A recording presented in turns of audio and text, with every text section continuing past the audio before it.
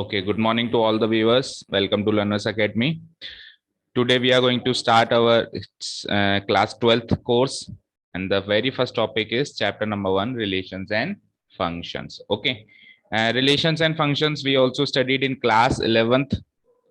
We did the introductory part of what is relation, what is function, and in this class, in this session, we will study the advanced mode of relations and functions, types of relations, types of functions, binary function, binary operations and all that, है ना।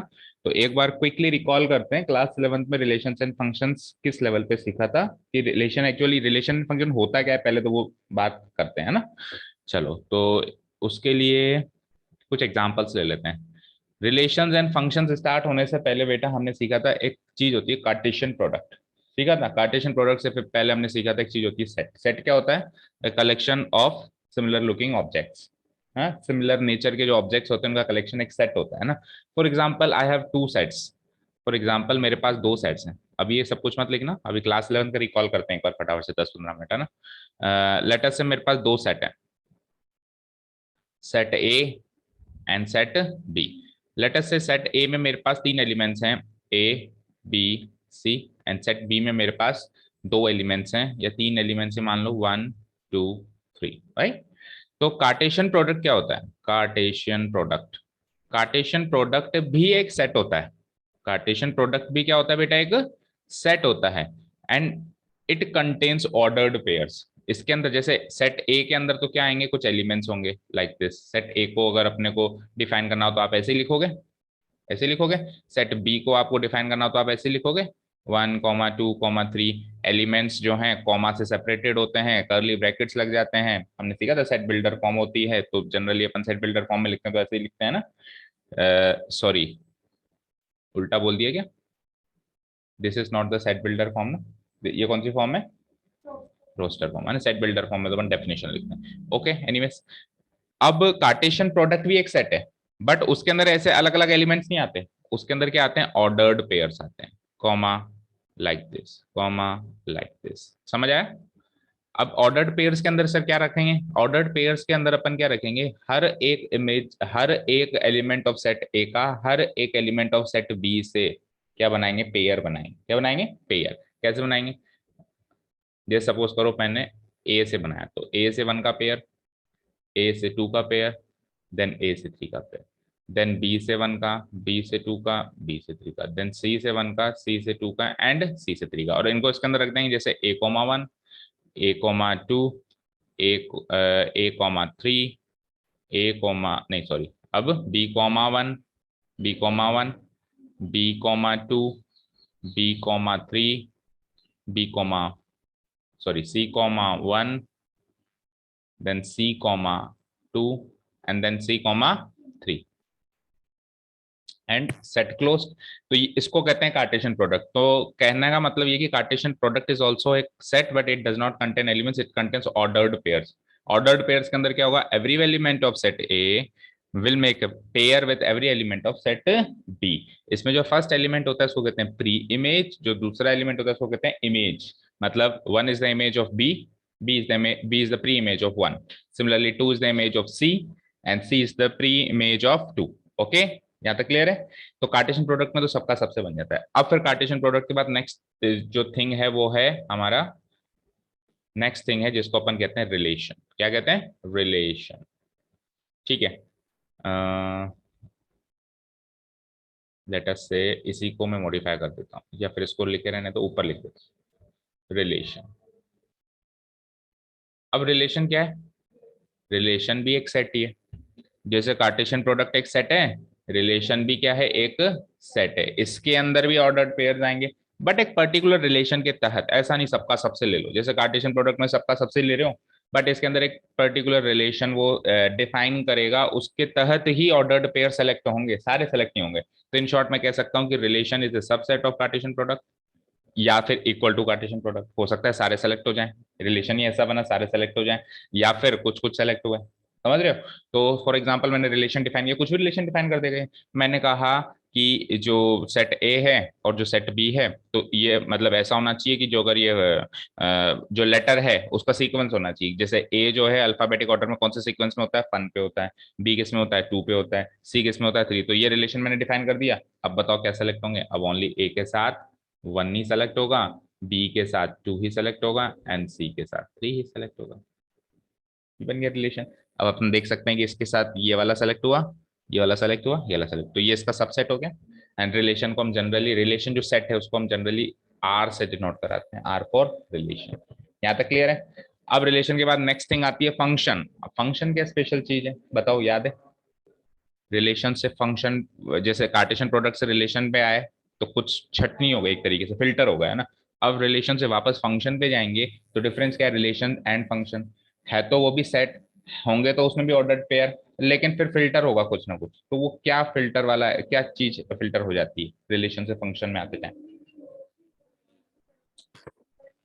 Very good. ठीक है, किसी भी pre image की दो, जैसे यहाँ पे ए की 1 और ए की 2 बन रही है, ए की 1 और ए की 2 बन रही है, ऐसा नहीं होगा। ए की 1 बन गई तो अब ए की 2 नहीं बन सकती, लेकिन बी की 1 बन सकती है, बी की 1 बन सकती है। ए की 1 बन गई तो अब ए की 2 नहीं बनेगी, लेकिन वो जो इमेज है वो दो प्री इमेज की इमेज हो सकती है, लेकिन एक प्री इमेज की दो इमेज नहीं हो सकती है। इस तरीके से अगर कोई फिल्टर लग जाए then that relation becomes a function। ठीक है। तो इन शॉर्ट मैं हमेशा बच्चों को समझाता हूँ कि रिलेशंस एंड फंक्शन को एक मशीन माना करो। देयर इज अ मशीन, अपन एक इनपुट डाला, एक आउटपुट निकला, एक प्री इमेज डाली, एक इमेज निकली, एक प्री इमेज डाली, एक इमेज। जैसे मैंने यहाँ पे ए पिक डाला, वहां से क्या निकला, 1 निकला। फिर मैंने बी डाला इनपुट, वहां से क्या निकला, 2 निकला। तो अगर मैंने ए डाला है तो 1 ही निकलना चाहिए। ऐसा नहीं कि सुबह को तो मैंने ए डाला था तो 1 निकला, शाम होते होते मैंने वापस ए डाल के देखा तो 2 निकलता। ऐसा नहीं होना चाहिए, दो इमेजेस नहीं बननी चाहिए। जैसे मैंने मैंगो डाला तो मैंगो जूस ही निकलना चाहिए। ऐसा नहीं है कि सुबह को डाला तो मैंगो जूस निकल रहा है, शाम को डाला तो ऑरेंज जूस निकल रहा है। तो that is not a function, फिर वो रिलेशन ही माना जाएगा, है ना। वो भी कुछ तो है, ऐसा नहीं है कि कुछ ही नहीं है, वो भी है, but that is only a relation, और वो कार्टेशियन प्रोडक्ट का ही सबसेट हो। अच्छा, फंक्शन इज इक्वल टू और subset of relation, and relation is equal to और सबसेट ऑफ कार्टेशियन प्रोडक्ट। ये ऐसे ऐसे ऐसे चलते जाएंगे, फिल्टर लगता गया और होते गए। तो यहाँ तक सारी बातें क्लियर हैं? ठीक है। और इसके बाद हमने सीखा था, हाँ, फंक्शन जो है, फंक्शन को हम लेटर एफ से डिनोट कराते हैं। ओके। और वही इसके अंदर भी वही ऑर्डर्ड पेयर्स होंगे जैसे अभी हुए थे, अगर अपन इसकी रोस्टर फॉर्म लिखें तो, है ना। और दूसरी चीज, फंक्शन को और भी कई तरीके से डिनोट किया जाता है। फंक्शन को ऐसे भी लिखा जाता है, function from set A to set B, है ना। इसमें क्या होगा कि जहां से सेट, जहां जिसके अंदर प्री इमेजेस है वो सेट ए है, जिसके अंदर इमेजेस हैं वो सेट बी है। ओके। उसके बाद एक चीज आती है डोमेन, कोडोमेन एंड रेंज, है ना। तो जिस सेट से निकल रहा है that is called a domain, और जिस सेट में जा रहा है, यानी जहां पे आपकी जिसके अंदर आपकी इमेजेस रखी हुई, जिसके अंदर प्री इमेजेस रखी हुई दैट इज डोमेन, एंड जिसके अंदर इमेजेस रखी हुई that is codomain, not range, that is codomain. अब हो सकता है कि बी सेट के पूरे इमेजेस सेलेक्ट हो गई, और हो सकता है कुछ रह गई, तो जो सेलेक्ट हो जाती हैं उनका जो सेट होता है that is called a range. ठीक है ना। तो मैं कह सकता हूँ कि रेंज कभी कभी कोडोमेन के एग्जैक्टली बराबर होती है, और या फिर इसका सबसेट होती है। और इस साल जो अपन फंक्शंस के टाइप सीखेंगे उसमें ये बहुत बड़ा फैक्टर होगा कि रेंज कोडोमेन के बराबर है या उसकी सबसेट। अगर कोडोमेन के बराबर है तो वो एक टाइप का फंक्शन है, और अगर सबसेट है तो वो दूसरे टाइप का फंक्शन है। वो अपन इस साल सीखेंगे।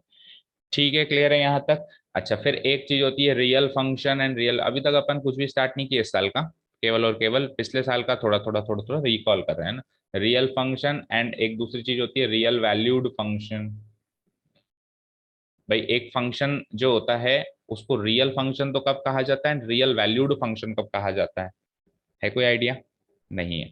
ओके, तो पहले करते हैं रियल वैल्यूड फंक्शन। जब एक फंक्शन की डोमेन, और मैं कह सकता हूँ रेंज, मतलब जो सेलेक्ट हुए इसमें एलिमेंट्स, तो डोमेन कुछ भी हो, डोमेन एनीथिंग, जैसे ए हो गया, बी हो गया, सी हो गया, लेकिन जो रेंज हो, जो इमेजेस बन रही है that should be real numbers, that should be real numbers. ऐसे फंक्शन को क्या कहते हैं, रियल वैल्यूड फंक्शन। ऐसा फंक्शन जिसका आंसर रियल वैल्यू आ रही है, रियल वैल्यूड फंक्शन। और ऐसा फंक्शन जिसमें डोमेन भी रियल नंबर्स हो और रेंज भी रियल नंबर्स हो उसको कहेंगे रियल फंक्शन। फॉर एग्जांपल यहाँ पर भी कुछ रियल नंबर्स होने चाहिए। ठीक है, इजी है काफी। जो रियल नंबर्स आउटपुट में दे रेंज में, मतलब है ना, वो तो फंक्शन कहलाएगा रियल वैल्यूड फंक्शन। और जो इनपुट में भी रियल नंबर्स ही ले और फिर आउटपुट में भी रियल नंबर्स ही दे, वो कहलाएगा real function, simply real function. यानी सिंपली बात करो, डोमेन और रेंज दोनों रियल नंबर्स हैं तो रियल फंक्शन, और डोमेन तो कुछ भी है पता नहीं है, लेकिन रेंज रियल नंबर्स कंफर्म है, तो फिर वो क्या कहलाएगा, रियल वैल्यूड फंक्शन। मैं क्या ऐसे कह सकता हूं कि every real function is a real valued function, but it is not compulsory कि every real valued function is a real function ना, वो कभी हो भी सकता है नहीं भी हो सकता, लेकिन रियल फंक्शन हो गया तो रियल वैल्यूड तो है। ओके, चलिए, तो अब अपन कुछ नोट डाउन करते हैं और इस साल की कार्रवाई शुरू करते हैं। रिलेशंस एंड फंक्शंस आपने टॉपिक नोट डाउन कर लिया, शुरू इंट्रोडक्टरी पार्ट आप देखोगे तो वही सब कुछ होगा। इवन जो एक्सरसाइज 1 है वो चलो टाइप्स ऑफ रिलेशंस में, चलो तो स्टार्ट करते हैं। लिखो, दिखाई दे रही है स्क्रीन? कुछ डेफिनेशंस वगैरह लिखते हैं ना, relations and function. A relation from a set A to a set B, relation की डेफिनेशन है, recalling definition of class 11th। Cartesian product के बारे में इस साल नहीं बता रहे हैं, थोड़ा सा स्किप कर रहे हैं चीजों को, रफली वैसे मैंने बता ही दिया ना।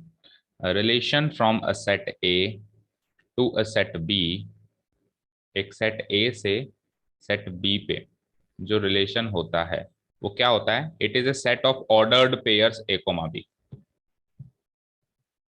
Relation from a set A to a set B is a set of ordered pairs a comma b, small a comma small b.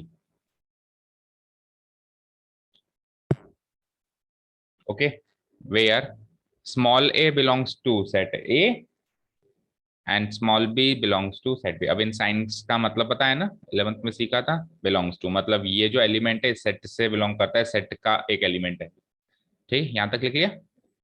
And they satisfy a given specific connection between, and they satisfy a given specific connection between A and B, ये होगी relation की definition.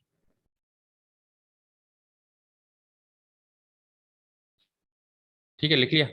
Relation set A से set B पे एक set है ordered pairs का, और ordered pairs किस टाइप के हैं, इस टाइप के हैं, ए कोमा बी टाइप के हैं, जहां पे जो ए पहला एलिमेंट है वो सेट ए से आएगा और जो दूसरा एलिमेंट है वो सेट बी से आएगा, और वो ए कोमा बी के बीच में एक स्पेसिफिक कनेक्शन को सेटिस्फाई करेंगे। ओके, चलते हैं आगे। It is always equal to और a subset of Cartesian product A cross B, ये भी अपन ने बात करी कि जो रिलेशन होता है वो हमेशा या तो बराबर होता है या सबसेट होता है, किसका, कार्टेशियन प्रोडक्ट का। It is always equal to और ऑलवेज इक्वल टू और a subset of Cartesian product A cross B. A cross B Cartesian product के या तो इक्वल होगा हमेशा या फिर सबसेट के इक्वल होगा। ठीक है, ठीक है, दैट इज मैथमेटिकली लिखते हैं इसको अपन कि एक रिलेशन है R which is defined from A to B will be a subset of और equal to A cross B. Subset का साइन ऐसा होता है और इक्वल का साइन ऐसा होता है, सबसेट का साइन ऐसा होता है, कंबाइन करेंगे तो कुछ ऐसा साइड बनेगा, सबसेट और equal to A cross B. Clear है यहाँ तक? ठीक है, बढ़ते हैं आगे, कहीं भी कोई डाउट हो तो पूछना ना। चलिए, अब अगर मेरे पास ए क्रॉस बी टाइप का कोई ऑर्डर्ड पेयर है तो उससे क्या इंप्लाय करते हैं, उससे ये इंप्लाय करते हैं कि B is the image of A. लिखो, B is the image of A, और साथ में ये भी लिख लो, इसमें लिखा हुआ नहीं है कि A is the pre image of B. A is the pre image of B, is the image of A and A is the pre image of B. दो चीजें इंप्लाय कर सकते हैं मुझसे।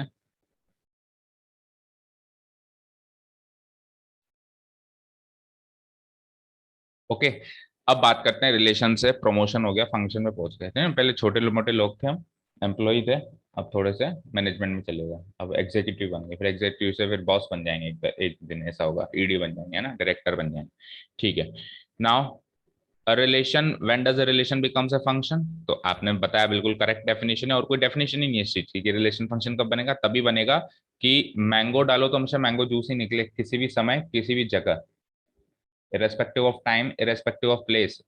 एक जो फिक्स इमेज है उसकी एक ही यूनिक प्री इमेज होनी चाहिए। ओ सॉरी, उल्टा बोल दिया, एक प्री इमेज की यूनिक इमेज होनी चाहिए, है ना। Relation becomes a function when, इसका मतलब क्या होता है, फॉर एवरी या for all, for all A belongs to capital A there does not lie more than one image of A in the set B. ये ए को dotted form में लिख दो, इन्वर्टेड फॉर्म, ठीक है। There does not lie more than one image of A in the set B. इसको clear कर दो, there does not lie more than one image of A in the set.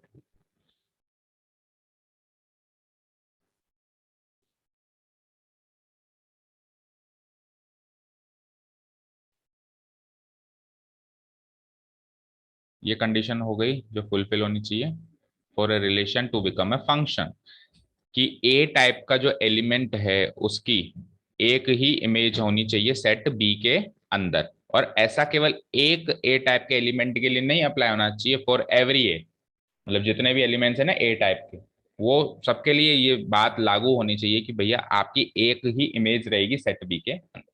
चलते हैं आगे। Now if a comma b a function then we can write f of a equal to B.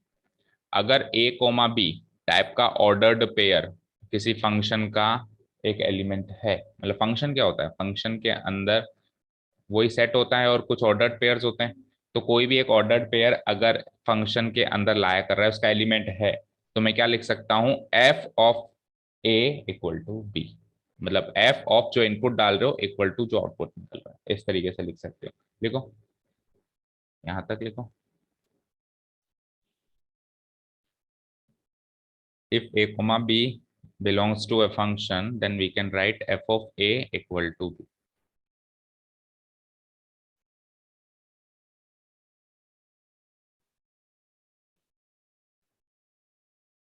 ठीक है, इस बात को एक एग्जांपल से देख लो, अगर कंफ्यूजन है तो। फॉर एग्जांपल सपोज करो मैंने कहा एक फंक्शन है फ्रॉम ए टू बी, ठीक है, इस तरीके से ए टू बी, इसके अंदर जो हैं एलिमेंट्स होंगे वो ए कोमा बी टाइप के होंगे, ठीक है, और साथ में जो ए होगा वो बी स्क्वायर प्लस वन होगा।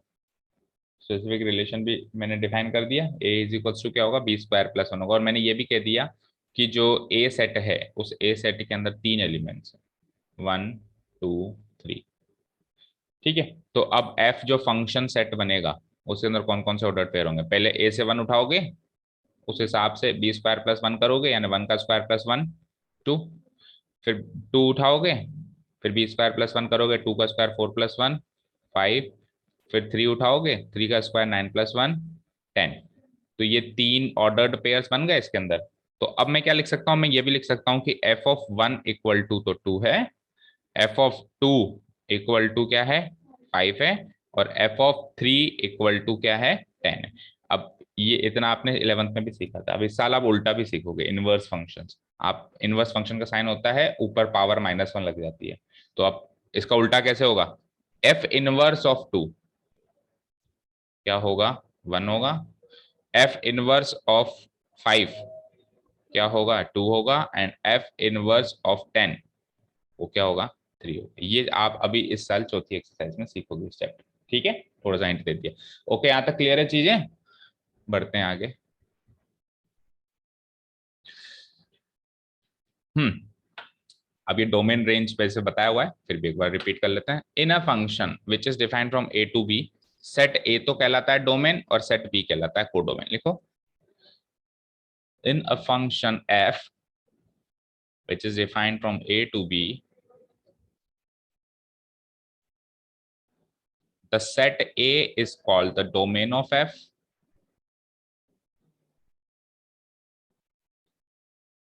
The set A is called the domain of F, and the set B is called the codomain of F. Okay okay? और फिर रेंज के बारे में बताओ. And the set of all possible images of element A is called the range of F.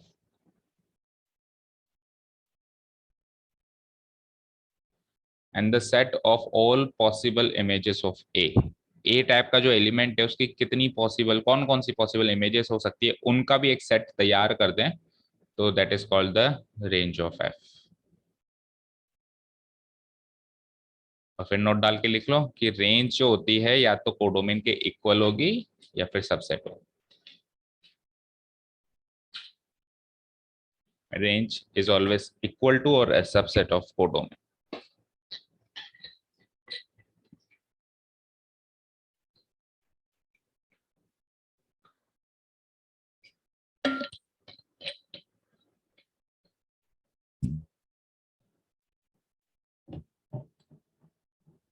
ठीक है, यहां तक लिख लिया.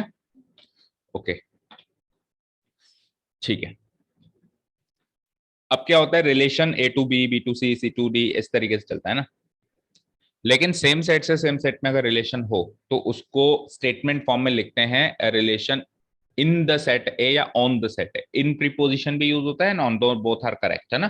तो लिखो ये नोट डाल के, relation from A to A. A relation from A to A is said to be a relation in A. In oblique on भी लगा दो क्योंकि ऑन भी कई बार यूज होता है. इन ऑब्लिक ऑन.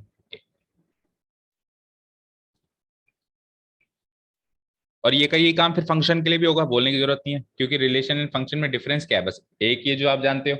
तो जो जो चीजें इसके लिए अप्लाई हो रही है वो करीब करीब सारी चीजें उसके लिए भी अप्लाई होगी. उसका भी वही डोमेन की डेफिनेशन है, उसके लिए भी वही को डोमेन की डेफिनेशन है, उसके लिए भी वही रेंज की डेफिनेशन है. बस जो रिलेशन एंड फंक्शन में डिफरेंस है वो साथ में लेके चलो हर बार. ठीक है. तो फंक्शन भी अगर ए टू ए हुआ तो अपन कह सकते हैं फंक्शन इन ए या function on A. Similarly relation in A या रिलेशन ऑन ए. ठीक है. इस साल जो अपने अभी फर्स्ट एक्सरसाइज आएगी उसमें सारे के सारे जो क्वेश्चंस हैं वो इन ए ऑन ए के ही हैं, यानी कि दो अलग अलग सेट से रिलेशन नहीं ले रहा, एक सेट का एक सेट में रिलेशन ले रहा. ठीक है. चलें आगे. ओके तो अब क्लास 12th का टॉपिक स्टार्ट हो रहा है, पहला types of relations. You can see in your NCERT book types of relations. Heading डाल लो. यहां से क्लास 12 शुरू हुई बच्चे है ना. क्लास 11th रिकॉल हो गई सारी, क्या क्या सीखा था हमने. नाउ क्लास 12th का पहला कॉन्सेप्ट, टाइप्स ऑफ रिलेशन.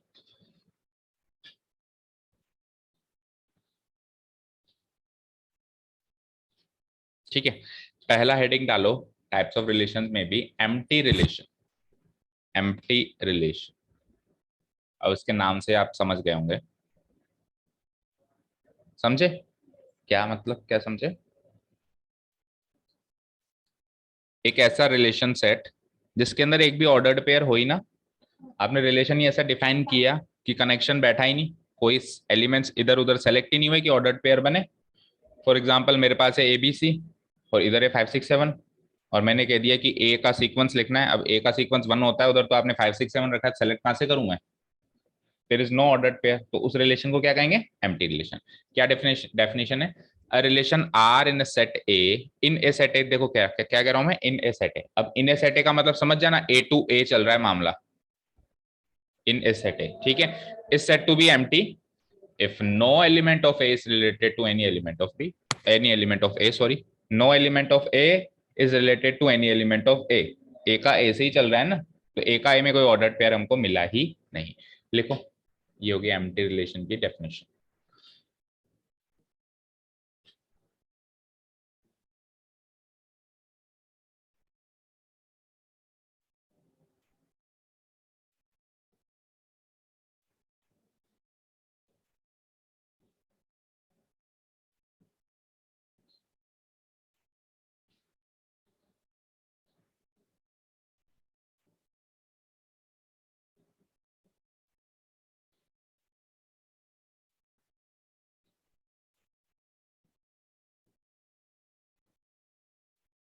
छोटा सा एग्जांपल लेट अस से कि मेरे पास सेट ए के अंदर 3 एलिमेंट्स है 1 2 3, ठीक है, और मैंने रिलेशन डिफाइन किया है ए कोमा बी टाइप के ऑर्डर्ड पेयर्स लेने हैं, इस तरीके से लेने हैं कि ए इक्वल टू 1/b, यानी ए बी का रेसिप्रोकल है।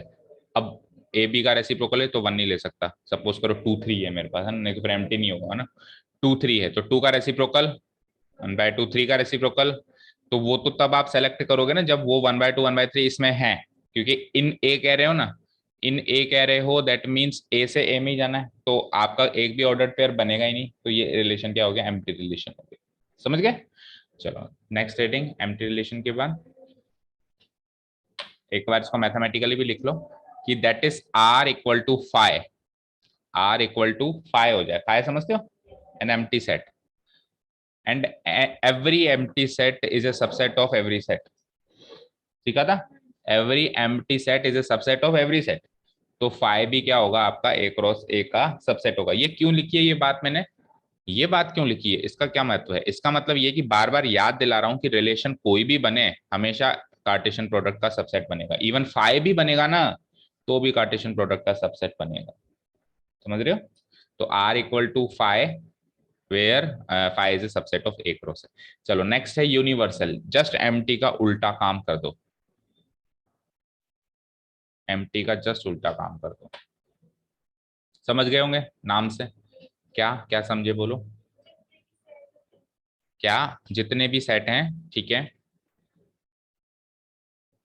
हम्म, टोटल जितने भी वो पूरे पूरे सेट्स को रिलेशन में आते हैं, तो फिर क्वार्टर पेयर में वो सबके सब आ जाएं।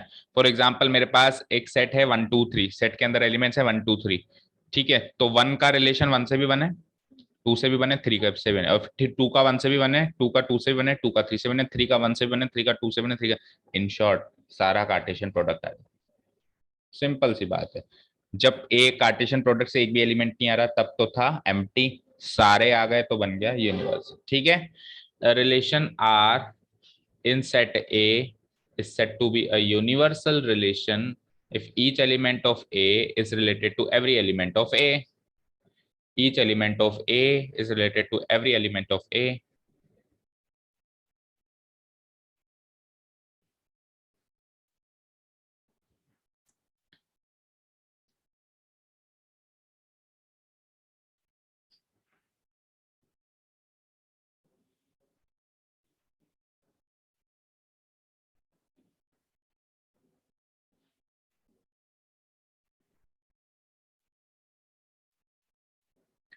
Each element of A is related to every element of A.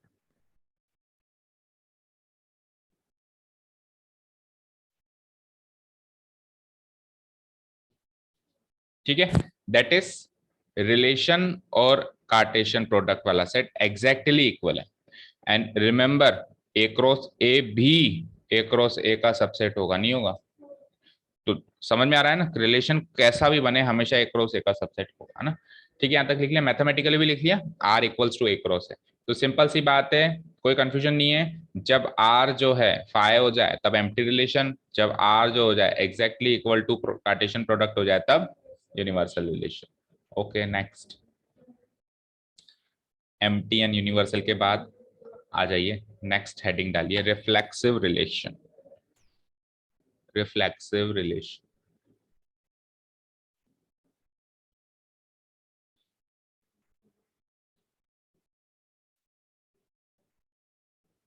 ठीक है, अब बिल्कुल सिंपल सी भाषा में समझो पहले, रिफ्लेक्स का मतलब क्या होता है, रिफ्लेक्स का मतलब होता है परछाई, समझ रहे हो, जैसे कि अपन मिरर देखते हैं तो what do we see in the mirror, we see reflex of ourselves, अपनी एक परछाई देखते हो, रिफ्लेक्स देखते हो। तो जैसे मेरे पास ए सेट के अंदर मान लो 3 एलिमेंट है 1 2 3, तो 1 का किसी और से ऑर्डर्ड पेयर बने ना बने खुद से 1 से तो बनना ही चाहिए, फिर 2 उठाया, 2 का किसी और से बने ना बने 2 से तो बनना ही चाहिए, और 3 का भी 3 से तो बनना ही चाहिए, यानी खुद का खुद से तो बनना ही चाहिए, फिर बाकी औरों से बन रहा है या नहीं बन रहा है उससे मतलब नहीं है, बन रहा है तो वेरी गुड, नहीं बन रहा है तो भाड़ में जाए, खुद का खुद से बन रहा है, उस रिलेशन को कहते हैं रिफ्लेक्सिव रिलेशन। और ऐसा हर एक एलिमेंट के लिए होना चाहिए, ऐसा नहीं 1 का 1 से बन रहा है, 2 का 2 से बन रहा है और 3 का 3 से नहीं बन रहा है, तो भी वो रिफ्लेक्सिव नहीं कहलाएगा। समझ आया? For every element of a set A, there should be the same image from the same pre-image. ठीक है, present in the relation R, उस तरह का ऑर्डर पेयर प्रेजेंट होना चाहिए उसके अंदर, then only it will be called as reflexive relation. समझ आया ना? चलो अब इसकी मैथमेटिकल डेफिनेशन लिखते हैं। Relation R in set A is said to be reflexive relation, is said to be reflexive relation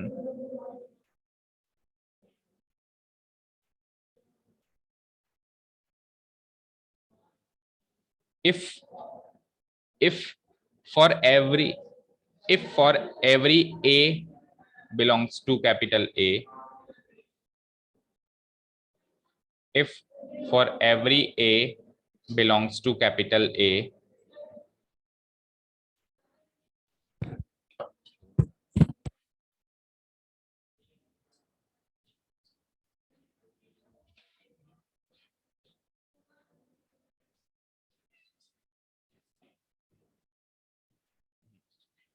if for every A belongs to capital A, set ए के हर एक एलिमेंट के लिए ए कोमा ए टाइप का ordered pair तो चाहिए ही चाहिए, फिर बाकी ए कोमा बी, ए कोमा सी, सी कोमा ए, सी कोमा बी, ये सब है तो भी वेल एंड गुड, नहीं है तो हमको फर्क नहीं पड़ता। रिफ्लेक्सिव बनाना है तो ए कोमा ए टाइप का ऑर्डर्ड पेयर तो रिलेशन आर में चाहिए ही चाहिए।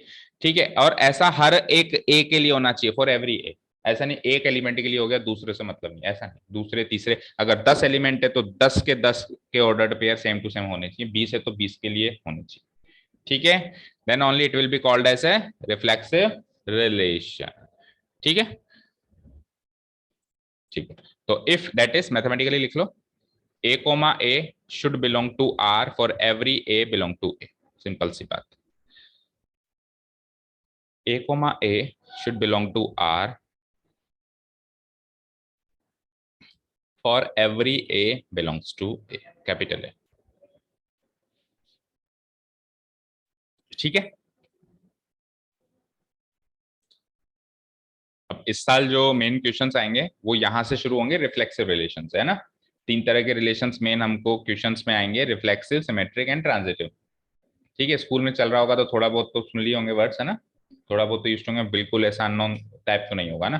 तो रिफ्लेक्सिव, उसके बाद सेकंड इंपॉर्टेंट कैटेगरी, मतलब वैसे तो फोर्थ है बट वो एम्प्टी और यूनिवर्सल ये चीजें तो आपने शायद सुन भी रखी होगी और नाम से पता चल रही है। जो मेन टिपिकल चीजें शुरू हो रही है और रिफ्लेक्सिव से शुरू हो रही है। सेकंड क्या है? सिमेट्रिक। डालो सेकंड हेडिंग, मतलब फोर्थ नंबर का पॉइंट हो गया, ये टाइप हो गया रिलेशंस में, सिमेट्रिक रिलेशन। सिमेट्रिक रिलेशन, ठीक है। अब इसका एक छोटा सा हिंदी वर्ड याद रख लो, उससे कभी नहीं भूलोगे कि क्या होता है सिमेट्रिक रिलेशन। सिमेट्रिक मतलब उल्टा फुल्टा, सिमेट्रिक मतलब उल्टा फुल्टा। रिफ्लेक्सिव मतलब क्या था? आईने के सामने इमेज देखना, खुद की इमेज देखना, वो था रिफ्लेक्स, अपना खुद का रिफ्लेक्स देखना है ना। या फिर रिफ्लेक्स का मतलब ये भी होता है कि ऑपोजिट एक्शन जो होता है उसको रिफ्लेक्स एक्शन कहते हैं। ऑपोजिट एक्शन, जैसे मैंने बॉल फेंका, बॉल वापस आया है ना, तो जिसके पास था उसी के पास वापस आ गया, so that action will be called as reflex action। तो वो तो रिफ्लेक्स रिलेशन से मतलब है। सिमेट्रिक का मतलब उल्टा फुल्टा, यानी कि 1,2 अगर मेरे पास है रिलेशन में तो फिर 2,1 भी हो, अगर है तो, नहीं है तो कोई बात नहीं। समझ रहे हो? समझ रहे हो ना? 1,2 है ना तो 2,1 हो, अगर 1,2 नहीं है तब चाहे से वो ना हो। इस तरह के रिलेशन को क्या कहते हैं? Symmetric relation. यानी जितने भी ऑर्डर्ड पेयर्स मौजूद हैं सबके उल्टे ऑर्डर्ड पेयर्स भी मौजूद होने चाहिए, जितने भी मौजूद हैं। इसका मतलब ये नहीं कि सारा कार्टेशियन प्रोडक्ट बनाना है, उसका कतई मतलब वो नहीं है। बस कार्टेशियन प्रोडक्ट से कुछ ऑर्डर्ड पेयर सेलेक्ट हुए, पर जितने भी सेलेक्ट हुए उनके उल्टे भी सेलेक्ट होने चाहिए। ठीक है, then the relation will be called as symmetric relation। mathematical definition है, a relation R in a set A is said to be a symmetric relation if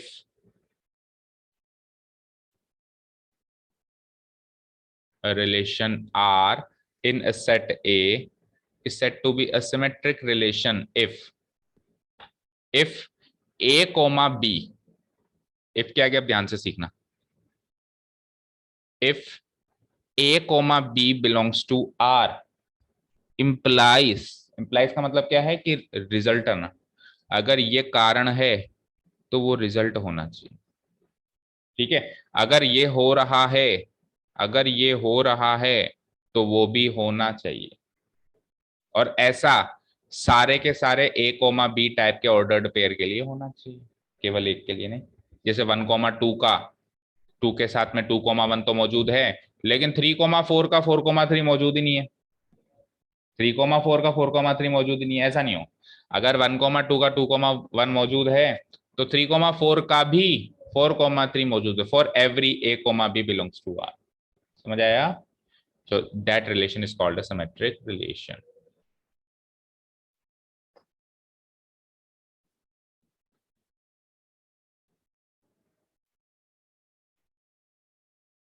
लिख लिया यहां तक? नेक्स्ट रिलेशन और सबसे typical relation, it is transitive relation. क्या नाम है इसका?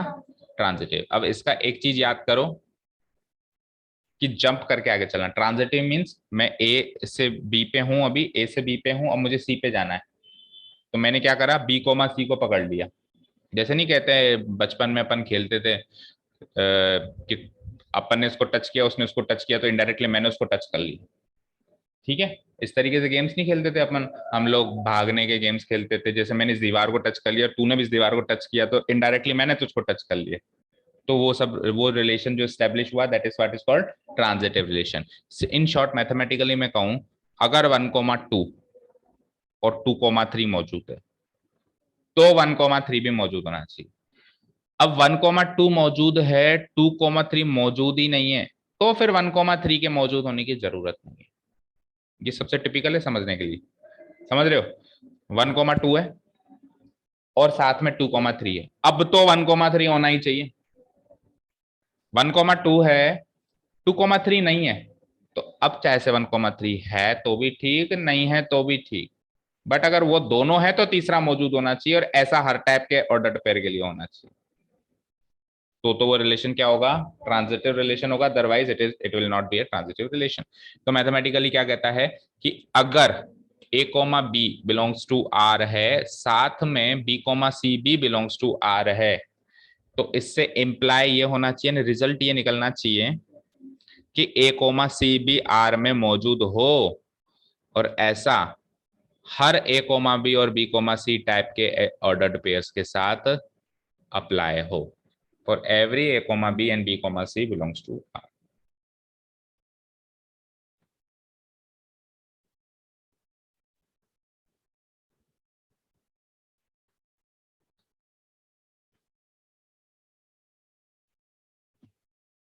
For every a comma b and b comma c belonging to are.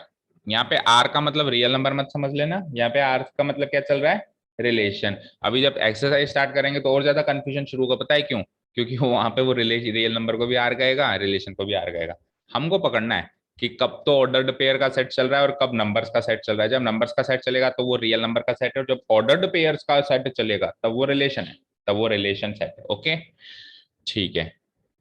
तो 3 इंपॉर्टेंट रिलेशंस हमने सीख लिए, रिफ्लेक्सिव, सिमेट्रिक एंड ट्रांजिटिव। अब जिसके अंदर तीनों के ही गुणों, सर्वगुण संपन्न जिसको कहते हैं, that is what is called equivalence relation.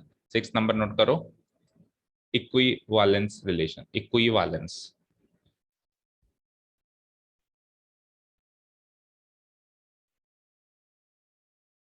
Simple सी बात है, तीनों के गुण चाहिए ना। Relation R, relation R in a set A, relation R in a set A is said to be an equivalence relation.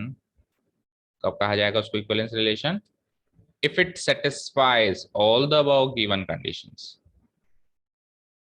If it satisfies all the above given conditions. कौन सी given conditions? इससे पहले जो 4th, 5th and 6th point, नहीं, 3rd, 4th and 5th point में सीखी, that is reflexivity, symmetricity and transitivity. Reflexivity भी satisfy करे वो, कॉमा सिमेट्रिसिटी भी सेटिस्फाई करे वो, and the last thing which we learned that is transitivity, ये ट्रांजिटिविटी भी वो सेटिस्फाई करे। ये तीनों गुण जिसमें होंगे उस रिलेशन को हम कहेंगे equivalence relation.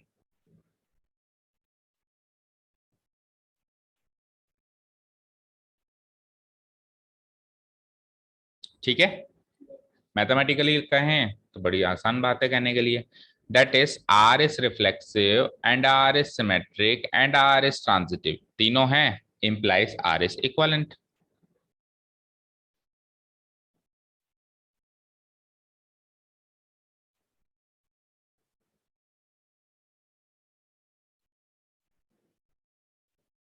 Are is reflexive, साथ में एंड। मैथमेटिक्स में आपको एंड का इंपॉर्टेंस पता है ना बेटा। मैथमेटिक्स में एंड का मतलब है वो तो चाहिए ही चाहिए, ये भी चाहिए दोनों ही चाहिए, कंपलसरी है। और में क्या होता है, या तो ये चाहिए या फिर वो चाहिए। सेट थ्योरी में हम एंड को इंटरसेक्शन से और को यूनियन से डिनोट कराते हैं। सेट थ्योरी में सीखा था अपने क्लास 11 में। तो आर एस रिफ्लेक्सिव ये तो चाहिए चाहिए, एंड आर एस सिमेट्रिक ये भी चाहिए, एंड आर एस ट्रांजिटिव वो भी चाहिए, तीनों चीजें चाहिए। अगर तीनों चीजें हैं, इंप्लाय करेगा that is R S equivalent. R S equivalent कह दो या इक्वालेंस रिलेशन कह दो, फाइन। ठीक है, अब एक्सरसाइज 1 से ही रिलेट करती है एक चीज जिसको अपन कहते हैं इक्वालेंस क्लास। करो नोट डाउन। अब इक्वालेंस क्लास क्या, बच्चे अंडर एस्टिमेट करके जाते हैं इस टॉपिक इक्वालेंस क्लास। इसके क्वेश्चंस मिलते हैं लेकिन क्वेश्चंस कम है इसके, मतलब पूरी एक्सरसाइज में मुश्किल से 1 या 2 क्वेश्चंस होंगे। उसको अंडर एस्टिमेट करके जाते हैं, इसको समझते नहीं है। इसके 2 डिसएडवांटेज होते हैं, एक तो मान लो इक्वालेंस क्लास पे क्वेश्चन आ गया तो आप नहीं कर पाओगे, नहीं समझ के गए। दूसरी बात, इक्वालेंस क्लास के ऊपर टॉपिक्स है हमारे पास 3rd एंड 4th एक्सरसाइज में इसी चैप्टर, तो वहां पे समझने में दिक्कत आती है फिर, है ना। तो ध्यान से समझना इक्वालेंस क्लास। देखो क्या कहता है, द सेट ऑफ, पहले हेडिंग डालो, पहले लिख लेते हैं फिर समझते हैं। क्या कहता है, the set of all the elements, the set of all the elements which are related to,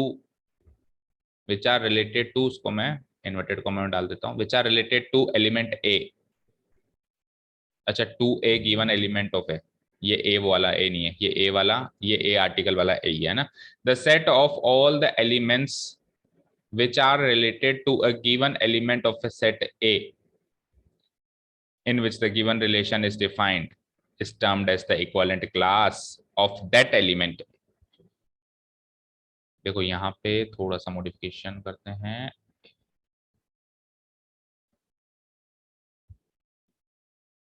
given element भी बता देते हैं कौन सा है गिवन एलिमेंट। गिवन एलिमेंट ए लिख देता हूं। The set of all the elements which are related to a given element A of a set in which the given relation is defined is termed as the equivalence class of that element A, is termed as the equivalent class of that element A। और इसको denote किया जाता है बेटा big brackets से, इसको denote किया जाता है बिग ब्रैकेट्स। लिखो एक बार फिर ये चीज समझाते हैं, मैथमेटिकल डेफिनेशन लिखो इसकी। बिग ब्रैकेट के अंदर ए लिखना है, equal to, it will contain all the elements x such that x comma a belong to R for all x belongs to A।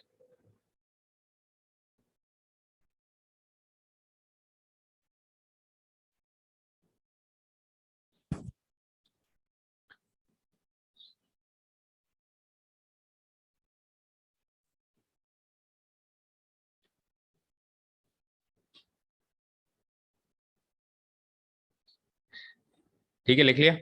अब देखो क्या कह रहा है, लेटस से मेरे पास एक रिलेशन है 1,2 1,3 1,4 2,3 एंड 3,4। लेटस से ये एक रिलेशन सेट डिफाइन, ठीक है। अब 1 से कौन कौन रिलेटेड है, 2 3 4। 1 से कौन कौन रिलेटेड है, 2 3 4। टू से कौन रिलेटेड है? थ्री। थ्री, टू से तो थ्री रिलेटेड है ना केवल। टू किसकी प्री इमेज है? केवल थ्री की प्री इमेज है। और थ्री किसकी प्री इमेज है? केवल फोर की। तो मैं क्या कहूंगा, थ्री से कौन कौन रिलेटेड है? फोर। वन से तो रिलेटेड है to, three and four. Two से कौन कौन रिलेटेड है? Only three. एंड थ्री से कौन रिलेटेड है? Only four. इसने क्या कहा, उन सारे एलिमेंट्स का सेट बना दो which are related to a given element. मान लो कि वन से रिलेटेड कौन कौन है उसका मैंने सेट बना दिया टू थ्री फोर। टू से कौन कौन रिलेटेड है उसका भी मैंने सेट बना दिया थ्री। थ्री से कौन कौन रिलेटेड उसका मैंने सेट बना दिया फोर। बन गया सेट। अब मैं क्या लिखूंगा, equivalence class of one, equivalence class of one equal to two three four, equivalence class of two equal to only three, and equivalence class of three equal to four. ये बात समझ में आई? अब ये होने में तो बहुत आसान चीज है, बट अब इसकी एक बहुत इंपॉर्टेंट कंडीशन होती है, वो उसको टिपिकल बना देती है। वो कंडीशन है कि आप equivalence class of one equal to two three four तब ही कह सकते हो जब ये रिलेशन इक्वालेंट रिलेशन हो। अदरवाइज कोई इक्वालेंस क्लास बनेगी नहीं, डिफाइंड ही नहीं है। उस रिलेशन के लिए ही डिफाइंड है इक्वालेंस क्लास जो रिलेशन इक्वालेंट हो, दैट मीन्स रिफ्लेक्सिव हो, सिमेट्रिक हो। अब ये रिलेशन तो है ही नहीं, अभी रिफ्लेक्सिव, रिफ्लेक्सिव ही नहीं है इसमें, तो वन कोमा वन ही नहीं है, टू कोमा टू ही नहीं है, ना ही ये सिमेट्रिक दिखाई दे रहा है, वन कोमा टू के साथ टू कोमा वन नहीं दिखाई दे रहा है। तो ये जो भी लिखा है सब वेस्ट है। ठीक है, ये इसकी सबसे इंपॉर्टेंट बात है। अगर मान लो इस तरह के रिलेशन में आपसे पूछता है what is equivalence class of one, तो आप लिखोगे not defined. You will not write two three four, you will write not defined. Defined ही नहीं। ठीक है, क्लियर है? अच्छा, कई बच्चों को ये भ्रम है बहुत बड़ा कि इक्वालेंट रिलेशन वही होता है जिसके अंदर सारा कार्टेशियन प्रोडक्ट सेलेक्ट हो जाए। तो इक्वालेंट रिलेशन होगा बशर्ते कार्टेशियन प्रोडक्ट सेलेक्ट, अगर पूरा का पूरा सेलेक्ट हो जाएगा तो वो इक्वालेंट रिलेशन होगा, लेकिन केवल वही इक्वालेंट रिलेशन होगा ऐसा नहीं है। ऐसे इक्वालेंट रिलेशंस भी मौजूद हैं जिसके अंदर कार्टेशियन प्रोडक्ट पूरा सेलेक्ट नहीं होता, उसका सबसेट ही सेलेक्ट होता है। ठीक है, ऑब्वियसली पूरा ही सिलेक्ट हो गया तो फिर तो वो रिफ्लेक्सिव भी होगा, सिमेट्रिक, वो तो होगा ही होगा इक्विवेलेंट रिलेशन, लेकिन और भी है जिसमें पूरा नहीं है। ठीक है ना? ओके, तो इसको मैथमेटिकली लिख लिया आपने? कहां तक लिखा? यहां तक लिख लिया। बिग ब्रैकेट ऑफ ए, इसके अंदर क्या होंगे? एक्स टाइप के एलिमेंट्स होंगे such that x comma a belongs to R for all x belongs to. उल्टा लिख दिया शायद हमने, उल्टा लिख दिया बेटा। हमको क्या लिखना है? अभी अपन ने क्या लिखा था देखो, अभी अपन ने वहां क्या लिखा था, अभी इस चीज को यही क्लेरिफाई करो। हमने ये लिखा था ना, तो पहली बात तो चलो ये इक्विवेलेंस नहीं, रिलेशन नहीं है, लेकिन इसको ऐसे नहीं लिखना है। इसको ऐसे लिखना है कि टू से कौन कौन रिलेट, टू किस किस से रिलेटेड है, थ्री किस किस से रिलेटेड है, फोर किस किस से रिलेटेड है। मतलब जो आउटपुट आ रहा है वो किस किस इनपुट से आ रहा है, उनका सेट बने, that is what is called equivalence relation. ठीक है, जो आउटपुट आ रहा है। तो सपोज करो ये इक्विवेलेंस रिलेशन होता भी सही तो भी आंसर नहीं होता। मान लो इक्विवेलेंस रिलेशन एक तरीके से मान लेते हैं, तो इक्विवेलेंस क्लास किस किस की बनेगी बताओ पहले? किस किस की बनेगी इक्विवेलेंस क्लास? टू की बनेगी, थ्री की बनेगी और फोर की, जितने भी आउटपुट है उनकी बनेगी इक्विवेलेंस क्लास। ठीक है, तो सपोज करो इक्विवेलेंस क्लास टू पूछा आपसे। ठीक है, तो टू किस किस से रिलेटेड है? एक तो वन से रिलेटेड है, बस, बस वन से ही। तो इक्विवेलेंस क्लास ऑफ टू हो जाएगी बात। ठीक है, थ्री किस किस से रिलेटेड है चेक करो? वन से और टू से। और फोर किस किस से रिलेटेड है? वन से और थ्री से। तो ये आंसर्स हो जाएंगे बशर्ते ये इक्विवेलेंट रिलेशन हो जाए। ठीक है, तो ऐसे मान के चलो, ऐसे याद रखो कि इक्विवेलेंस क्लास सारे के सारे एलिमेंट्स, आउटपुट एलिमेंट्स की बनती है, और उसके अंदर वो एलिमेंट्स आते हैं जिनसे वो बन के आए, मतलब उसके सारे के सारे रेस्पेक्टिव इनपुट्स का एक सेट बना दे। ठीक है, प्री इमेजेस का सेट होता है हमेशा इक्विवेलेंस क्लास, और होता किसका है? इमेज का इक्विवेलेंस क्लास होता है। ठीक है, क्लियर है? फिर एक नोट है, इक्विवेलेंस क्लास या classes are only defined in equivalence relation. अभी भी बताया, नोट डाल के लिखो, लिख लिया? इक्विवेलेंस क्लास ऑब्लिक क्लासेस, भले एक बने भले एक से ज्यादा बने, डिफाइंड कभी होंगी जब रिलेशन कैसा होना चाहिए?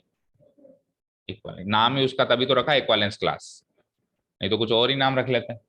ठीक है, ओके। अब कुछ रिजल्ट्स या इंटरप्रिटेशन हैं इसके, लिखिए। आज अपन थ्योरेटिकल पार्ट एक्सरसाइज वन का पूरा कर लेते हैं थोड़ा सा। 2 पेज का काम हो रहा है। कल से अपन सीधे क्या करेंगे, एक्सरसाइज स्टार्ट करेंगे ना। चलो, रिजल्ट्स ऑब्लिक इंटरप्रिटेशंस। क्या कहता है, कुछ रिलेशन, कुछ अब ये इक्विवेलेंस क्लास वगैरह अपन ने सीख लिया ना, इक्विवेलेंस रिलेशन भी सीख लिया, तो इसके कुछ रिजल्ट्स हैं। देखो ये क्या कहता है, अगर आर एक इक्विवेलेंस रिलेशन है सेट ए पर, यानी ए टू ए, अगर आर एक इक्विवेलेंस रिलेशन है सेट ए पर, दैट मींस ए टू ए पर अगर है, तो वो आर क्या करता है, उस सेट को कुछ पोर्शंस में डिवाइड कर देता है।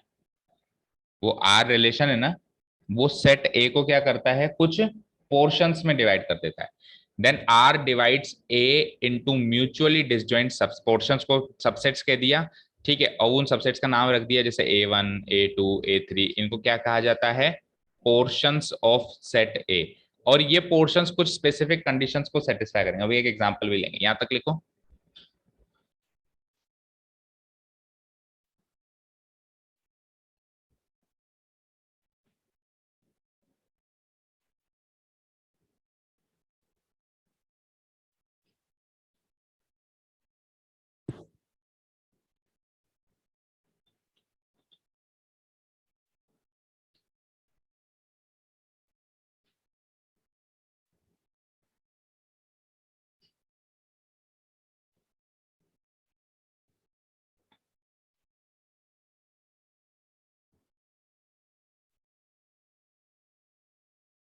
ये ए आई है ना, ए आई, मतलब आई कोई भी हो सकता है, 1 2 3।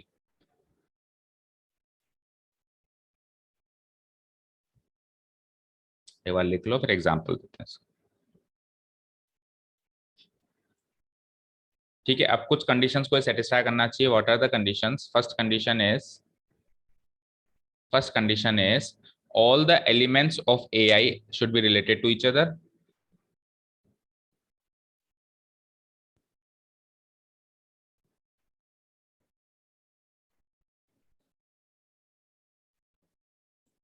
ठीक है, पहली कंडीशन है all the elements of AI are related to each other।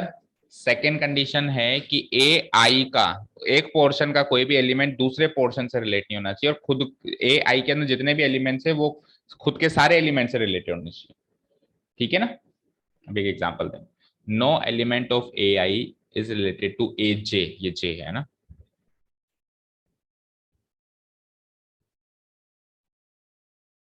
Where I is not equal to J, यानी आई और जे दो अलग अलग नंबर्स होने चाहिए।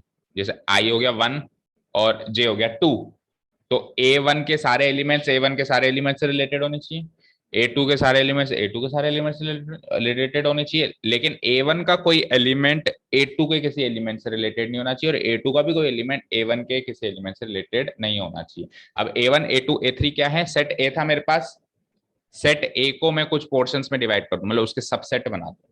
जैसे 1 2 3 4 5 6 7 8 9 10, 1 2 3 का एक सबसेट बना दिया, 4 5 का एक बना दिया, 6 7 8 9 10 का एक बना दिया। अब 1 2 3 का जो बनाया, जो रिलेशन आर मेरा डिफाइंड है, उसके अंदर 1 2 3 के सारे एलिमेंट्स एक दूसरे से रिलेटेड हो, 4 5 के भी सारे एलिमेंट्स एक दूसरे से रिलेटेड हो, 6 7 8 9 10 के भी सारे एलिमेंट्स एक, लेकिन 1 2 3 में से कोई 4 5 से रिलेटेड ना हो, 4 5 में से कोई 6 7 8 9 10 से रिलेटेड ना हो, इसका इससे ना हो, इसका इससे ना हो। इस तरीके से पोर्शंस बन जाते हैं। अगर ऐसा होता है तो वो पोर्शंस कहलाएंगे, वो A1 A2 A3 पोर्शंस कहलाएंगे, दो कंडीशंस अगर वो सेटिस्फाई करें, अदरवाइज वो पोर्शंस नहीं कहलाएंगे। समझ में आई बात? यहां तक। अभी एक एग्जांपल भी लेंगे इसका, ठीक है। आगे क्या कहता है, यहां तक लिख लिया, सेकंड कंडीशन से जो ये सबसेट्स हैं ए आई, इनको कहते हैं इक्विवेलेंस क्लासेस।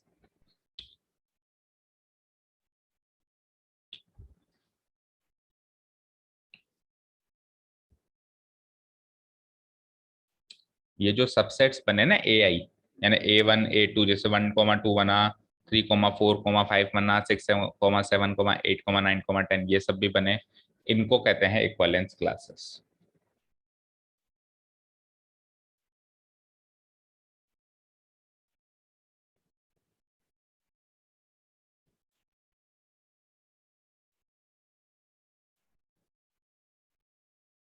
ठीक है, उसके बाद फिर और कुछ बातें आखिरी की। क्या कहता है, corresponding to every element in A, set A का कोई भी एलिमेंट उठा लो, सेट ए का कोई भी एलिमेंट उठा लो, उसके लिए सबके लिए एक इक्विवेलेंस क्लास मौजूद होगी। There exist an equivalence class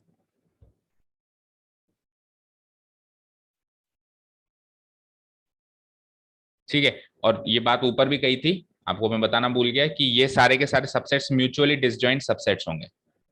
कैसे सबसेट्स होंगे? Mutually disjoint. क्या होते हैं म्यूचुअली डिसजॉइंट? डिसजॉइंट क्या होता है? चलो म्यूचुअली डिसजॉइंट छोड़ते हैं, डिसजॉइंट का मतलब क्या होता है? मतलब एक दूसरे से नहीं बिलोंग करते और बिल्कुल अलग अलग होते हैं तो कोई भी सेम एलिमेंट नहीं होता। हाँ, जॉइंट का मतलब जुड़ा होना, डिसजॉइंट का मतलब अलग अलग होना। दैट मीन्स सपोज करो मेरे पास एक यूनिवर्सल सेट के अंदर मान लो ए यहाँ है, बी है, तो ये डिसजॉइंट है। और मान लो एक और सी भी है, तो ये इससे नहीं मिल रहा है, ये इससे नहीं मिल रहा है, ये इससे नहीं मिल रहा है, तो मैं क्या कहूंगा? A B C are mutually disjoint. ठीक है, मान लो ये इससे मिल रहा है, ये इससे मिल रहा है, तो मैं क्या कहूंगा? A and B are disjoint, B and C are disjoint, but A and C are not disjoint. तो मैं इसको ऐसे नहीं कह सकता ABC are mutually disjoint. Mutually मतलब आपस में डिसजॉइंट, मतलब कैसे भी पेयर बनाओ, ए का बी से बनाओ, बी का सी से बनाओ, वो आपस में डिसजॉइंट ही होने चाहिए। तो ये जितने भी सबसेट्स बने थे ना, A1 A2 A3 A4 A5, ये सारे के सारे क्या होने चाहिए?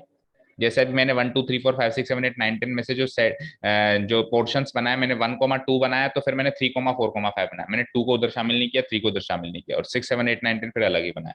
तो ये तीनों जो पोर्शंस बने, क्या बने बेटा? म्यूचुअली डिसजॉइंट, है ना?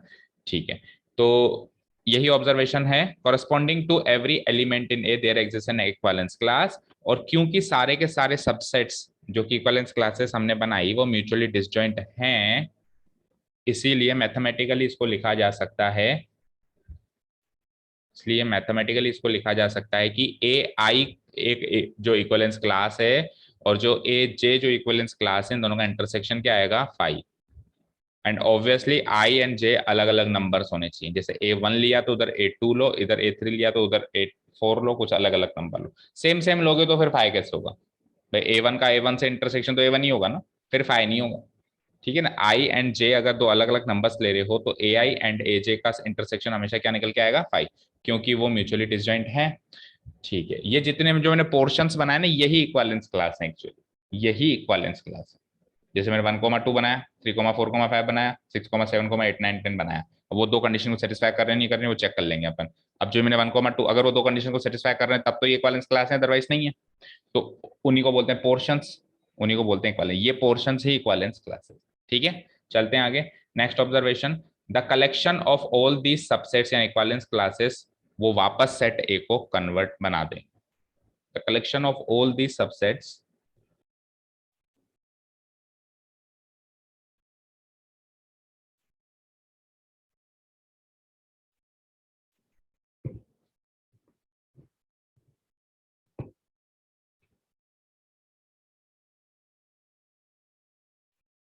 The collection of all these subsets, जिनको अपन ने नाम दिया है इक्विवेलेंस क्लासेस, इनका सब वापस से कलेक्शन बना दें। जैसे मैंने 1 2 3 4 5 6 7 8 9 10 सेट था ओरिजिनली, मैंने क्या किया? 1,2 अलग कर दिया, मैंने 3,4,5 अलग कर दिया, मैंने 6,7,8,9,10 अलग कर दिया। 3 सबसेट्स बना दिए। अब इन तीनों को वापस कंबाइन करूं तो वापस सेट ए तैयार हो रहा है, हो रहा है ना? तो इनका सारे के सारे इक्विवेलेंस क्लासेस का अगर मैं कलेक्शन कर लूं तो वापस सेट ए तैयार हो जाएगा। इससे आप पता है क्या समझे? इससे आप ये समझे कि जितने भी इक्विवेलेंस क्लासेस बनेंगी वो म्यूचुअली डिसजॉइंट तो बनेंगी, बट वो सेट ए के सारे एलिमेंट्स को कवर भी करेंगे, तभी तो उनका कलेक्शन वापस ए बनेगा। सपोज करो मैंने इक्विवेलेंस क्लास बनाई 1,2, दूसरी बनाई 3,4,5, और मैंने तीसरी बना दी 6,7,8,9, 10 को छोड़ दिया, तो अब तीनों में से कोई भी इक्विवेलेंस क्लास वैलिड नहीं है, क्योंकि इनका वापस कलेक्शन ए नहीं बनाता। ठीक है, तो मैथमेटिकली क्या लिखेंगे कि जितने भी ए आई टाइप के जो इक्विवेलेंस क्लासेस बनी है उनका यूनियन कर दें। यू का मतलब यहाँ यूनियन है ना, यूनियन कर दे तो वापस सेट ए तैयार होना चाहिए, वापस सेट ए तैयार होना चाहिए। लास्ट ऑब्जर्वेशन है कि कोई भी दो इक्विवेलेंस क्लास उठा लो कभी भी, या तो वो एक जैसी होंगी या डिसजॉइंट होंगी, इसके अलावा कुछ नहीं हो सकता। एनी टू इक्विवेलेंस क्लासेस, कोई भी दो इक्विवेलेंस क्लासेस कभी भी उठा लें तो या तो वो क्या होंगी? आइडेंटिकल होंगी, सेम सेम होंगी, और या फिर डिसजॉइंट होगी जब i इक्वल टू जे हो जाए। भाई A1 के साथ A1 को ही कंपेयर कर लिया तो आइडेंटिकल है। कोई भी दो इक्विवेलेंस क्लास उठा लिया, ठीक है, तो या तो वो हमने दोनों सेम ही उठा ली और या फिर वो डिसजॉइंट होगी, इसके अलावा तीसरा केस नहीं होगा कभी, मतलब कुल मिला के ना तो उनका कोई इंटरसेक्शन होगा। ठीक है, क्लियर है? ठीक है, अब इस इक्विवेलेंस क्लास का एक एग्जांपल ले लेते हैं, क्योंकि इतने सारे टॉपिक में से अगर कुछ टिपिकल चीज लगी तो यही लगी है ना, और फिर बाकी एक्सरसाइज तो अपन कल शुरू करेंगे ही करेंगे। रिफ्लेक्सिव सिमेट्रिक के क्वेश्चन अपन एक्सरसाइज से करने ही वाले हैं। आ जाइए, एनसीईआरटी एग्जांपल उठाते हैं।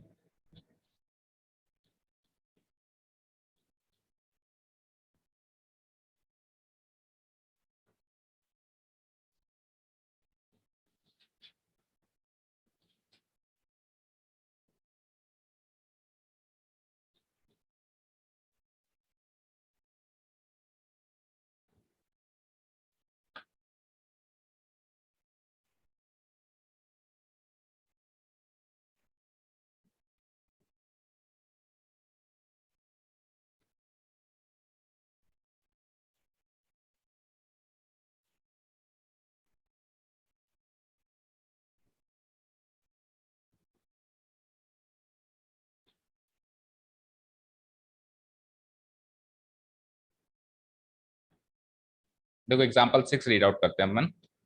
एग्जाम्पल 6 क्या कहता है, जस्ट एक्सरसाइज से पिछला वाला example. Let R be a relation defined in the set 1 2 3 4 5 6 7। 1 से लेके 7 तक मेरे पास एलिमेंट्स है, उसके अंदर एक रिलेशन आर डिफाइन करते हैं। किस तरीके से डिफाइन करते हैं, a comma b ordered pair रहेंगे, both a and B are either odd और इवन। दोनों के दोनों ए और बी या तो ऑड बने या फिर इवन बने।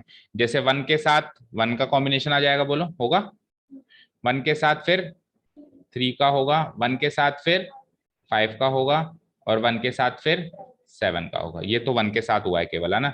2 के साथ किस किस का होगा, 2 के साथ 2 का भी होगा, 2 के साथ 4 का भी होगा, और 2 के साथ 6 का भी होगा। फिर 3 के साथ 1 3 1 3 3 3 5 एंड 3 7। फिर 4 के साथ बोलो, 4 1 नहीं, 4 2 से स्टार्ट करेंगे, इवन होंगे, 4 4 एंड 4 6। 4 के बाद क्या आता है, 5 का नंबर, 5 1 5 3 5 5 एंड 5 7। और 5 के बाद 6 का नंबर आएगा तो 6 2 6 4 एंड 6 6 एंड उसके बाद 7 7 1 2, ओ सॉरी 7 3 7 1 7 3 7 5 एंड 7 7। ये सारे के सारे ऑर्डर्ड पेयर्स सेलेक्ट हो गए मेरे पास इस रिलेशन के अंदर। ठीक है, अब ये क्या कह रहा है कि प्रूव करो कि आर एक इक्विवेलेंस रिलेशन है। फर्स्ट ऑफ ऑल देखो, अगर 1 से लेके 7 में सारे रिफ्लेक्सिव एलिमेंट्स हैं कि नहीं है, रिफ्लेक्सिव ऑर्डर पे 1 1 है, 2 2 है, 3 3 है, 4 4 है, 5 5 है, 6 6 है एंड 7 7 है। अच्छा, सिमेट्रिक है क्या, अगर 1 3 है तो 3 1 भी है, 2 6 है तो 6 2। आप सबको चेक कर सकते हो, उल्टे मौजूद होंगे ना। अच्छा, ट्रांजिटिव है कि नहीं है वो चेक करेंगे। तो सपोज करो 1 3 है एंड 3 5 है, तो अब 1 5 भी होगा। या फिर कुछ भी सेलेक्ट कर लो, जैसे 1 7 है और 7 3 है, तो फिर 1 3 भी है, तो हर तरीके से वो ट्रांजिटिव, तो वो इक्विवेलेंस रिलेशन हो गया। अब आगे की कहानी सुन। आगे ये कह रहा है, हालांकि इसमें इक्विवेलेंस क्लास का क्वेश्चन है नहीं एग्जैक्टली ये, show that all the elements of the set 1 3 5 7 are related to each other and all the elements of the set 2 4 6 are related to. अब इसके दो पोर्शंस बना दिए, ए सेट के दो पोर्शंस बना दिए। एक में तो सारे रख दिया आपने, जैसे A1 लिख दिया इसका नाम और A2 लिख दिया इसका नाम। A1 के अंदर तो सारे ऑड एलिमेंट्स डाल दिए, 1 3 5 7, फाइन। और A2 के अंदर क्या डाल दिए, 2 4 6। अब आप देखो, सेट A1 के सारे एलिमेंट्स खुद से रिलेटेड है कि नहीं है, 1 1 1 3 1 5 1 7 3 1 3 3 3 5 3 7 5 1 5 3 5 5 5 7 और 7 1 7 3 7 5 7 है। और सेट A2 के भी सारे एलिमेंट्स खुद से रिलेटेड है कि नहीं है, 2 2 2 4 2 6 4 2 4 4 4 6 6 2 6 4 6 6। पहली कंडीशन सेटिस्फाई हो गई। पोर्शंस बना रहे हैं अपन, है ना। A1 का कोई भी एलिमेंट A2 से रिलेटेड हो सकता है क्या, 1 के साथ 4 का नाम कॉम्बिनेशन, A2 का कोई कॉम्बिनेशन उससे रिलेटेड हो सकता है क्या, नहीं हो सकता, नहीं हो सकता। ये दोनों म्यूचुअली डिसजॉइंट है A1 और A2। इनको वापस कंबाइन करते हैं तो ए बन जाएगा, सारे कंडीशन सेटिस्फाई हो रही हैं, तो मैं कह दूंगा कि A1 और A2 दो इक्विवेलेंस क्लासेस हैं इस रिलेशन की। समझ में आई बात? ठीक है, A1 और A2 दो इक्विवेलेंस क्लासेस हैं रिलेशन की, ठीक है ना। आगे ये क्या कह रहा है, but no show that 1 3 5 7 are related to each other, all the elements of set 2 4 6 भी are related to you, but no element of 1 3 5 7 is related to any element of 2 4 6। ये शो करना है तो वो तो आप इस ये आपने पूरा एक तरीके से काटे रिलेशन सेट ही बना दिया, तो उसमें से आप देख सकते हो कि इसका कोई इससे रिलेटेड नहीं। एक तरीका तो ये होता है कि एक एक एलिमेंट ऐसे लिख दें, बट ये तरीका कब फेल हो जाता है, जब ऐसे बहुत सारे ऑर्डर्ड पेयर्स बने। मान लो अभी तो कितने बन रहे हैं, मुश्किल से 20 25 बन रहे हैं, मान लो कल को 100 150 बनने या उससे ज्यादा 1000 2000 बने, तो सारे थोड़ा बनाने बैठेंगे, तो फिर अपने को स्टेटमेंट फॉर्म में आंसर देना होता है। अभी अपन नेक्स्ट एक्सरसाइज कल से स्टार्ट करेंगे, उसमें अपन डिटेल में देखेंगे कि कैसे स्टेटमेंट फॉर्म में आंसर। देखो इसने कैसे आंसर दिया इसका, इसने सारे नहीं बनाए, सारे ऑर्डर्ड पेयर बना के नहीं शो किया इसने, इसने स्टेटमेंट फॉर्म में कैसे आंसर दिया। इसने क्या कहा कि सेट ए का कोई भी ए नाम का एलिमेंट ले लो, तो ए और ए या तो अगर ए के साथ ए ही ले लें तो या तो ऑड होंगे या इवन होंगे। भाई ए कोमा ए, या तो ये ऑड का पेयर बना या फिर इवन का पेयर बना। समझ में आई बात? तो इसीलिए ए कोमा ए तो हमेशा आर में रहेगा ही रहेगा। ये रिफ्लेक्सिविटी प्रूव कर रहा है, ये रिफ्लेक्सिविटी प्रूव कर रहा है। ये अलग अलग नहीं ले रहा है कि साहब देखो 1 1 भी है 2 2 भी है, ऐसे नहीं कह रहा है। ये क्या कह रहा है, स्टेटमेंट फॉर्म में लिख रहा है कि अब ए के साथ ए टाइप का ऑर्डर्ड पेयर सोचो जरा, तो या ए कोमा ए या तो ऑड होंगे या इवन होंगे, और उसने कहा था रिलेशन में या तो ऑड होने चाहिए या इवन होने चाहिए, तो ए कोमा ए सारे के सारे इसमें मौजूद होंगे। ठीक है, फर्दर अब ये तो हो गई रिफ्लेक्सिविटी प्रूफ। अब ये कर रहा है क्या, सिमेट्रिसिटी प्रूफ। अगर ए कोमा बी आर में है तो ए कोमा बी आर में कब होंगे, जब ए और बी दोनों ऑड हो या इवन हो। भाई ए कोमा बी आर में है, दैट मीन्स इसी से पता चल रहा है कि ए और बी या तो दोनों ऑड हैं या दोनों इवन है, तो उल्टे भी मौजूद होंगे ही होंगे, क्योंकि उसको तो सारे ऑड ऑड इवन इवन के ऑर्डर पेयर चाहिए थे, तो बी कोमा ए भी मौजूद होंगे। तो ए कोमा बी अगर आर में है, इसका मतलब a and b must be either odd और इवन, तो 100% श्योर है कि बी कोमा ए भी आर में होगा। सिमेट्रिसिटी प्रूव हो गई। अब चलते हैं ट्रांजिटिविटी। अगर ए कोमा बी आर में है और बी कोमा सी आर में, इसका मतलब क्या हुआ, ए बी सी तीनों ही या तो ऑड है या तीनों ही इवन है। अगर ए कोमा बी आर में है दैट मीन्स ए और बी ऑड है या इवन है, और बी कोमा सी भी आर में है दैट मीन्स बी और सी भी ऑड है या इवन है। तो अगर ये दोनों ही आर में है that means a B c तीनों ही या तो ऑड है तीनों ही या तो इवन है। तो अगर तीनों ही ऑड है तीनों ही इवन है, तो ए का सी से भी 100% ऑर्डर्ड पेयर बनेगा ही बनेगा, बनेगा ना। सो ए कोमा सी भी बिलोंग टू आर करेगा। तो ये तीनों स्टेटमेंट्स लिख दिए, तो इससे प्रूव क्या हो गया, R is an equivalence relation. अब फिर आपको वही चीज प्रूव करनी थी कि 1 3 5 7 के सारे एलिमेंट्स एक दूसरे से रिलेटेड होंगे, क्योंकि इस एलिमेंट्स के सारे एलिमेंट इस सेट के सारे एलिमेंट्स ऑड हैं। 2 4 6 के भी सारे एलिमेंट्स एक दूसरे से रिलेटेड होंगे, क्योंकि सारे के सारे क्या हैं, इवन है। लेकिन इसका कोई भी इससे नहीं होगा, इसका कोई भी इससे नहीं होगा। हालांकि इसने इक्विवेलेंस क्लास, ये दोनों इक्विवेलेंस क्लास बन रही है, इसको ना तो प्रूव करवाया ना बताया, बट एक्चुअली ये दोनों इक्विवेलेंस क्लास। अब समझ में आया बेटा इक्विवेलेंस क्लास, क्या समझे बताओ। तीनों एक तो कंडीशन तो एक ही, रिफ्लेक्सिव, ट्रांजिटिव और सिमेट्रिक, तीनों चीजें। देखो सबसे पहले तो अपन ऐसे डिफाइन करेंगे और ऐसे ही सोचेंगे। इक्विवेलेंस क्लास जो होती है वो इक्विवेलेंट रिलेशन में पॉसिबल है, अदरवाइज वो पॉसिबल ही नहीं है। तो सबसे पहली चीज तो रिलेशन इक्विवेलेंट होना चाहिए, जैसे ये हो रहा है।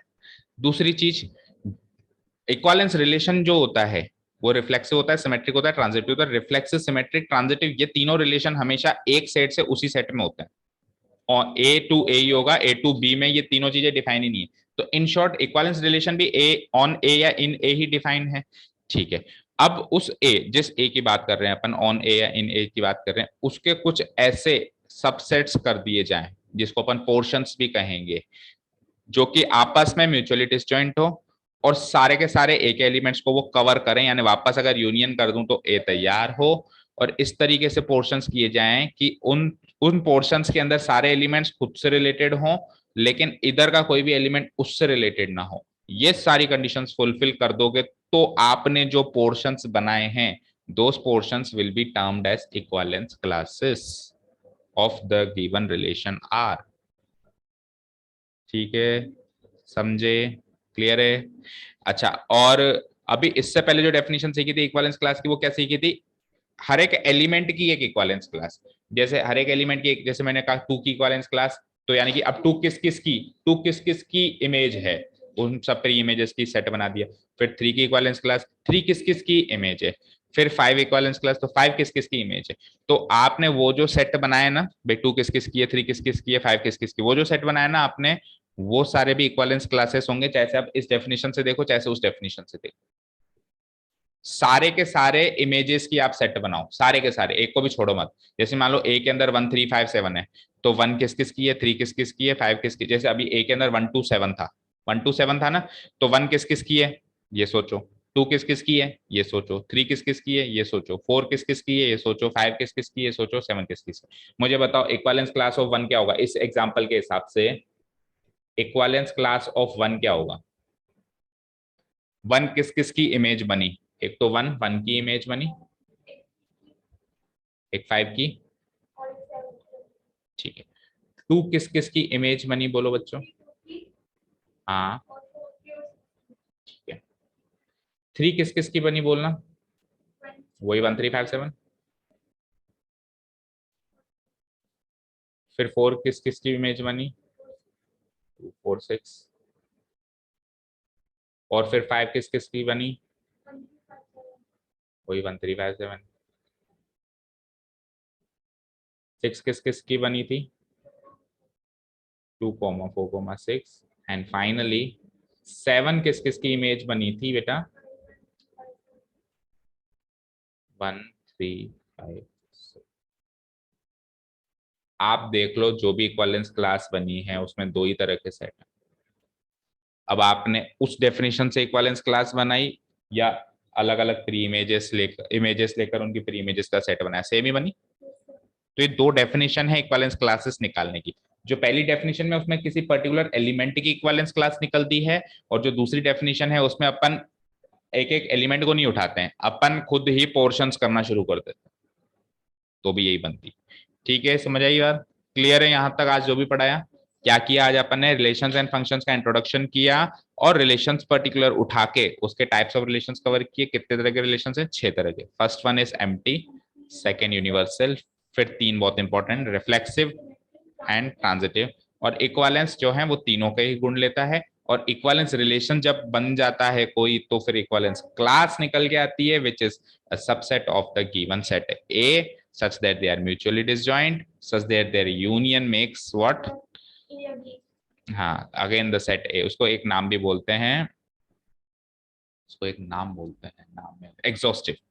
एग्जॉस्टिव जब वो सेट मिलके वापस ए बनाए ना, तो उन सेट्स को बोलते हैं एग्जॉस्टिव। तो मैं ये कह सकता हूँ कि वो जो पोर्शंस बने वो म्यूचुअली डिसजॉइंट भी हैं और एग्जॉस्टिव भी हैं। एग्जॉस्टिव मतलब वापस कंबाइन करके ए बना सकते हैं, ए सेट बना सकते हैं। ठीक है, that's all.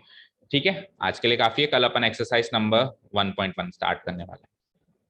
Okay, thank you so much for listening to us, have a nice day, keep learning and bye bye.